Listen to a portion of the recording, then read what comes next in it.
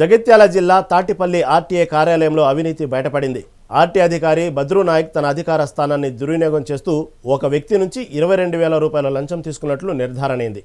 ఈ విషయంపై ఏసీబీ అధికారులు దాడులు నిర్వహించారు. పర్సనల్ డ్రైవర్ ద్వారా లంచం తీసుకుంటున్న సమయంలో ఏసీబీ అధికారులు పట్టుకున్నారు. డీటీఓ బద్రు నాయక్ 40,000 డిమాండ్ చేసి డ్రైవర్ సహాయంతో లంచం తీసుకుంటుండగా రెడ్ హ్యాండెడ్గా పట్టుకున్నామని డీఎస్పీ విజయకుమార్ తెలిపారు. ఎవరైనా లంచం అడిగినా తీసుకున్నా ఏసీబీ అధికారులను సంప్రదించాలని తెలిపారు.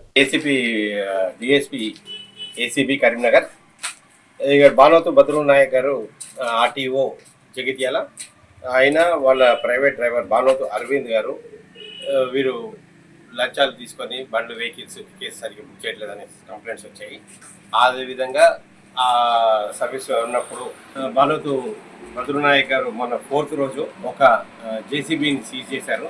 ఆ జేసీబీలో ఇంపార్టెంట్గా అన్ని పేపర్స్ ఉన్నాయి, కాకపోతే only pollution paper and insurance papers లేవనేసి వాటి మీద కేసు బుక్ చేయకుండా ఆ బండిని సీజ్ చేసి వాళ్ళ దగ్గర నుంచి 2 సెల్ ఫోన్స్ తీసుకొని వాళ్ళ ఓన్ సెల్ ఫోన్స్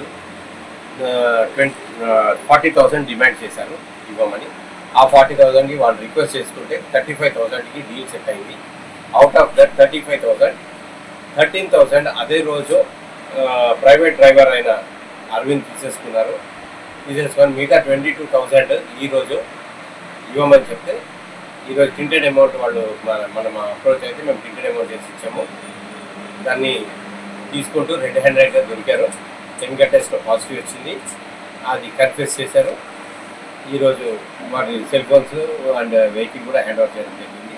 అందువల్ల వారిని అరెస్ట్ చేసి బద్రు నాయక్ గారిని వాళ్ళ ప్రైవేట్ డ్రైవర్ అరవింద్ని ఇద్దరిని అరెస్ట్ చేసి